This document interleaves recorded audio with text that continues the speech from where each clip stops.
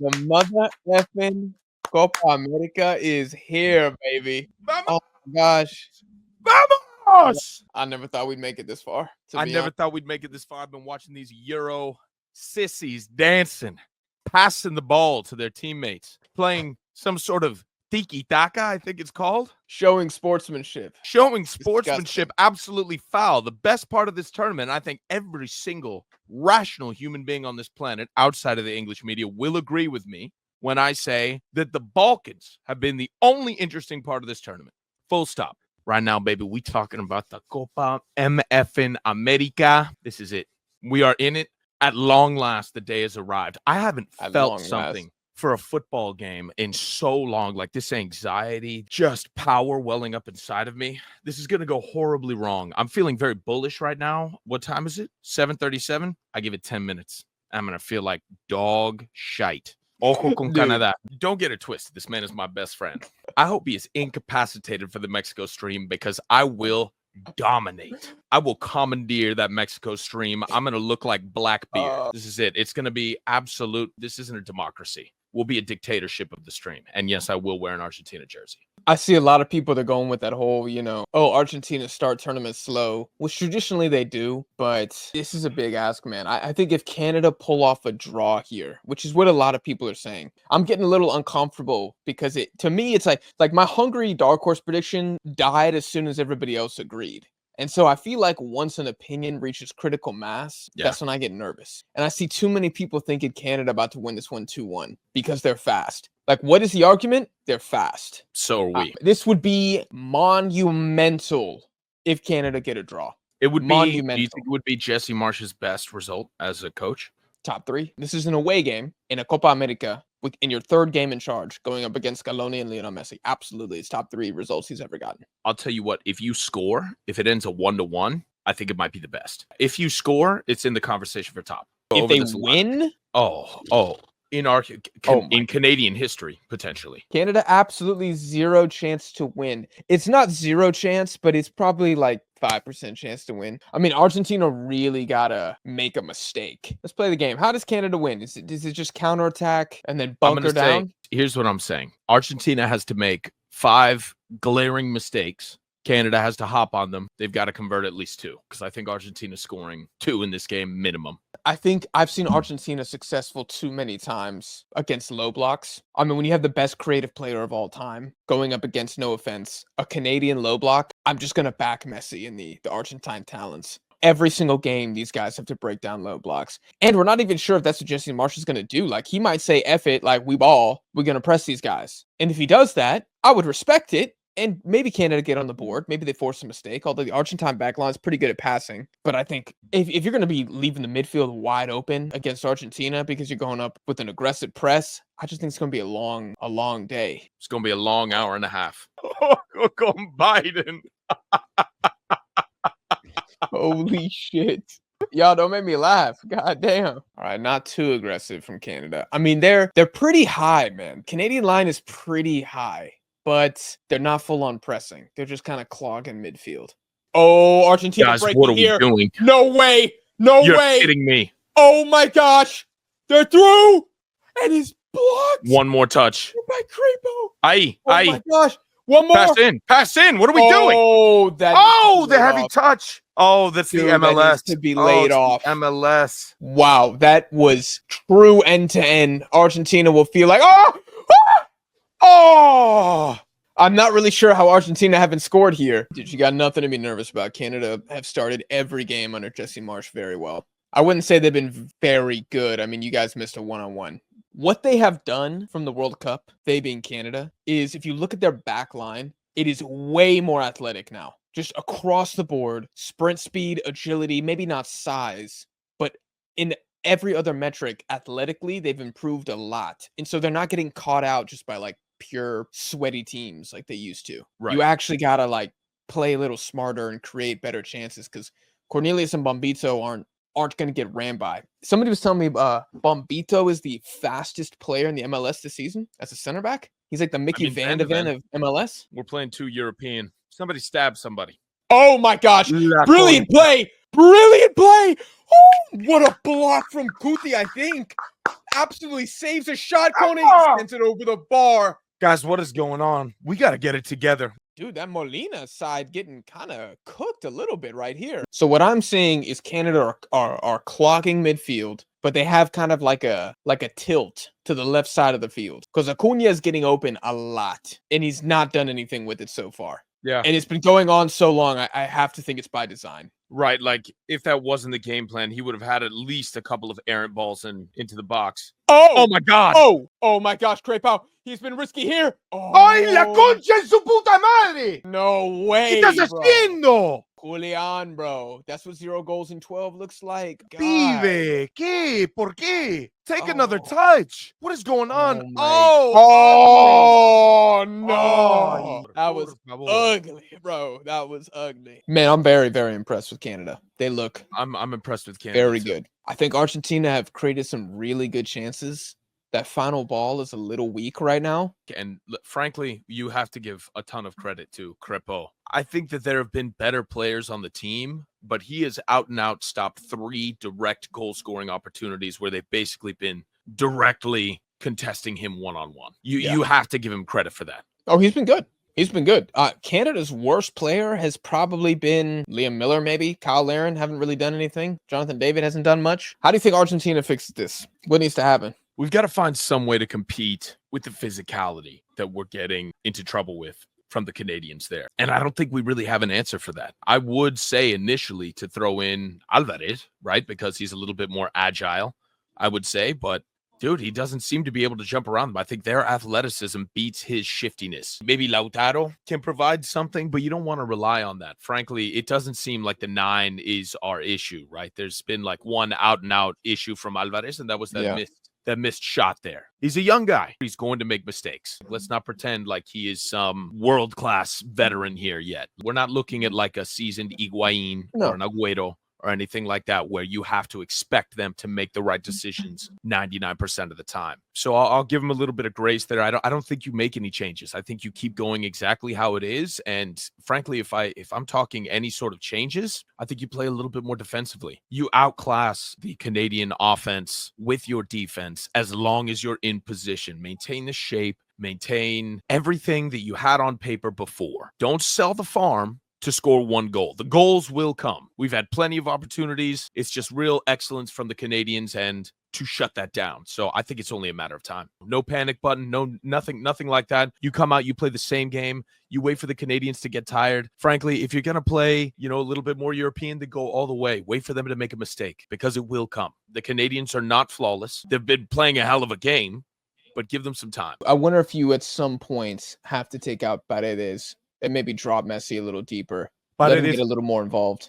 Paredes would be potentially the one switch that I would make. I don't know. He seems much more of a second half player to me. He goes in, muddies the wall, creates chaos, confusion, and gets really physical with the opposition. I don't know if that's my favorite way to begin a game, but to be completely honest, he hasn't been the key player that they're playing through. It's not like he is a deciding factor here. We need to remember that we're the bad guys. We were really in control of the game when DePaul was standing over people. When Alvarez took that little swipe at Davies' leg, we were pretty in control there. You are the Empire in Star Wars. I mean, if Man City's the White Walkers, we are the Empire. Look, man, I think what Canada's done really well is they're making Argentina play Canada's game, which is a bit surprising to me. Now, I think the biggest weakness for Canada, which this applies to any opponent they have, is as the game progresses, who do they call upon on the bench? Because the bench, the depth is quite poor. And I think even 1 or 2 substitutions, if you're Jesse Marsh, you might not want to make those because the team's playing so well right now. You might not want to tinker with that so much. I think if there's a team to make a substitution first, it's got to be Argentina. And I also want to say, I think it might be Tagliafico time. It might be time, maybe get somebody out there who's a little better going forward because Acuna right now is just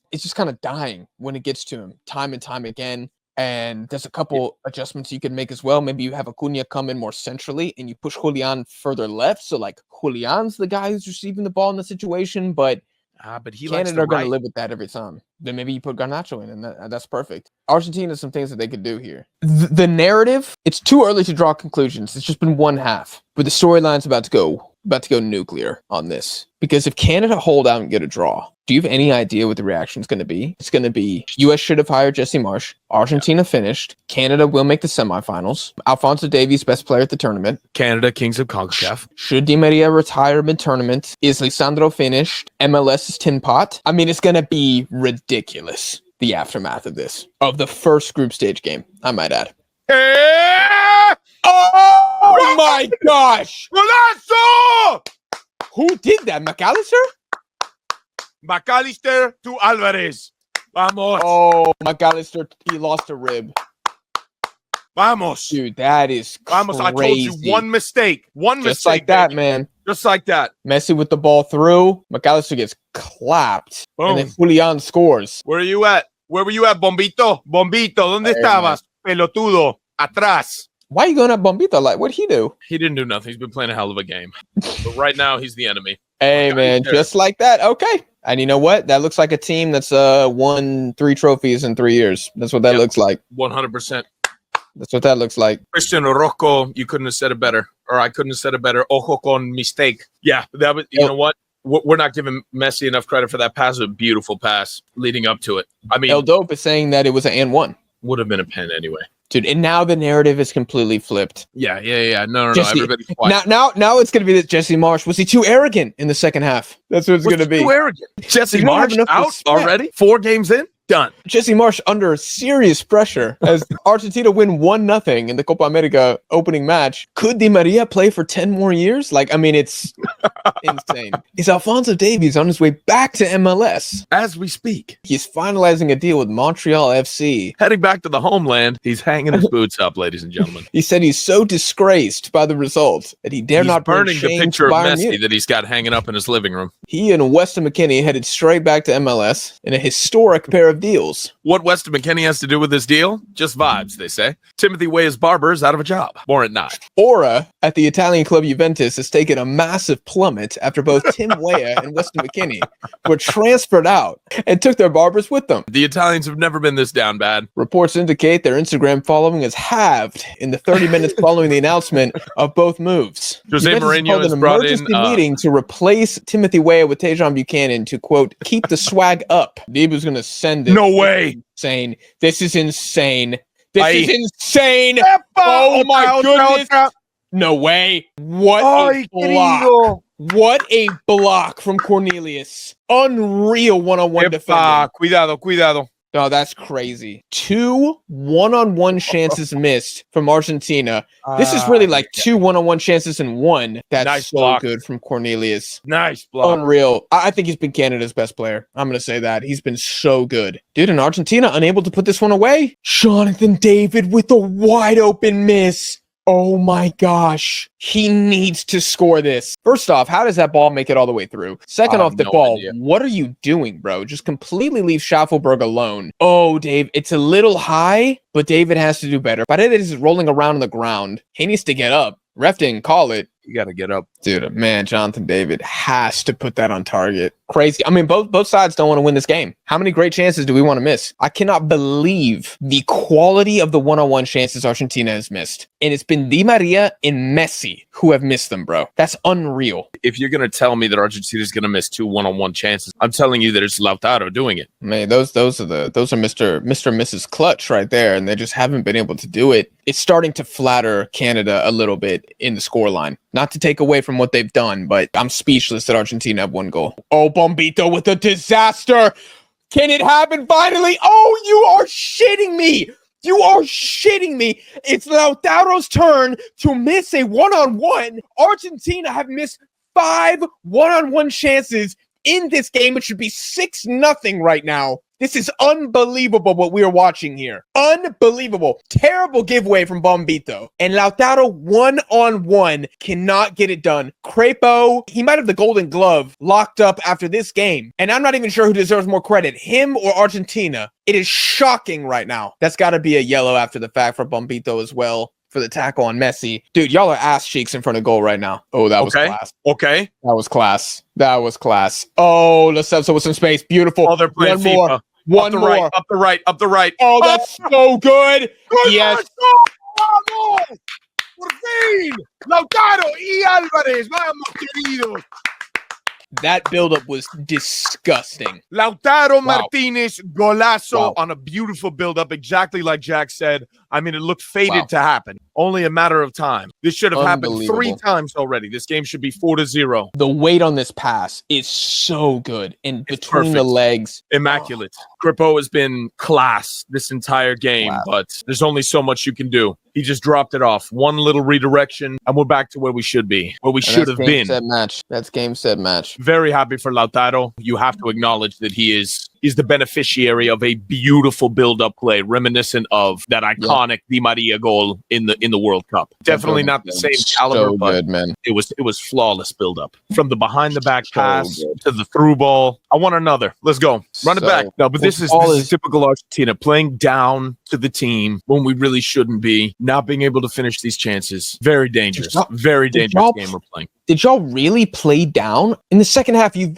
annihilated them. But it's still not up to the quality that we could be playing. I mean, you saw the build-up play there, right? I'm telling you, bro, all the score lines predictions that I saw before this game were completely unrealistic. It was either Canada's going to win 2-1 or Argentina's going to win 6-0. It's like, come on, man. We got to put a little bit more respect on this Canadian side, especially under Jesse Marsch. And I think you got to put more respect on the Copa America. You don't get 6-0s at the Copa America very often. Do you want to go first with the takeaways from Argentina? Needless to say, a million missed chances from both teams. Now, I do think that you have to say a lot for Kripo. Stud. Played his absolute heart out, dude. Yeah. One of the biggest takeaways from Argentina is, one, we're still capable of really tremendous build-up play, like we saw there for that second goal. Absolutely gorgeous. Lautaro and Alvarez have both broken duck. They're done with their streaks. I don't know how much stock I'm going to put into that, but I do like that it happened and that they can now focus going ahead without worrying about some, like, they don't have the yips. You know what I'm saying? Not to interrupt you, I think that's the biggest dub for Argentina. If you guys are going to win this, you need the strikers to put the ball in the back of the net. And they hadn't been doing that since the goddamn 2022 World Cup. And now they both get on the score sheet in one game. Match day 1. Dude, that is massive. I think that's the biggest dub for Argentina. And I think if you just look at the nucleus of the Canadian team, they moved as a giant unit in the first 45 minutes. And then as soon as Argentina get that early goal in the second half,